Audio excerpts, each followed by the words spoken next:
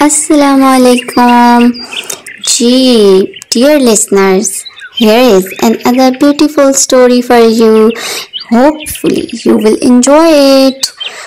Okay जी, start करते हैं फिर। एक दफ़ा का जिक्र है कि जंगल में तूफानी बारिश हो रही थी। बकरी की नज़र एक शेर के बच्चे पर पड़ी जो बहुत बीमार था और सर्दी से कांप रहा था।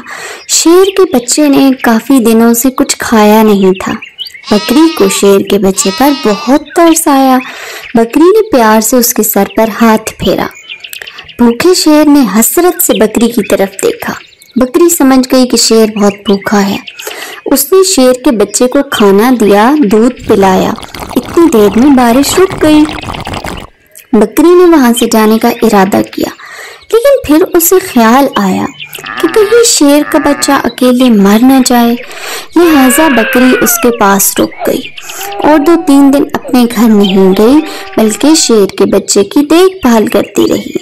बकरी की देखभाल की बदौलत शेर का बच्चा तंदुरुस्त हो गया।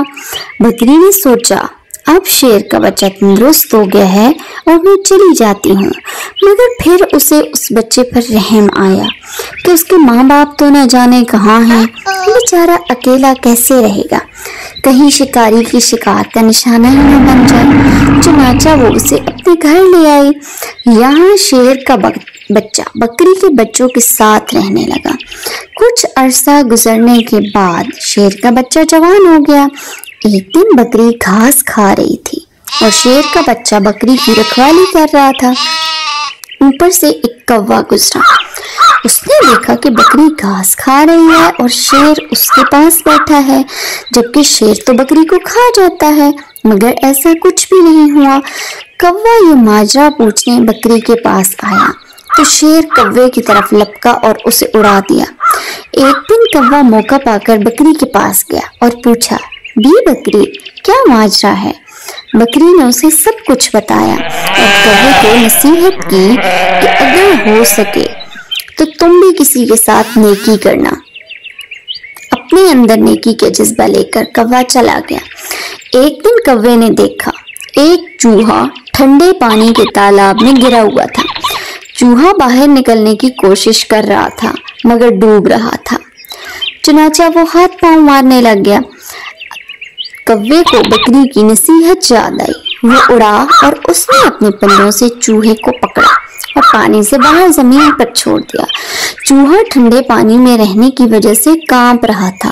कौवे ने उसे अपने परों में ले लिया।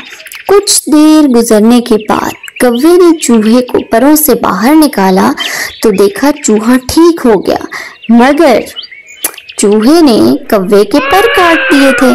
अब कौवा उड़ने की कोशिश करता और जमीन पर गिर पड़ता।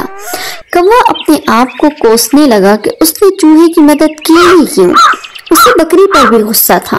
कुछ अरसा गुजरने के बाद कौवे के नए पर उग गए। वो फिर से उड़ने लगा। वो सीधा बकरी के पास गया और बकरी को अपने साथ हुआ पूरा वाकया सुनाया। बकरी ने कहा, नेकी जरूर करो मगर फितरत देखकर। तो जी बच्चों, आपको इसमें क्या समझ आया?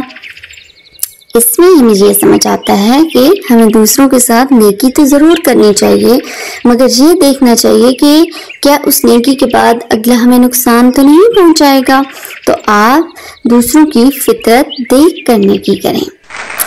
Hope so you will enjoy it. Okay जी, subscribe to my channel for more stories.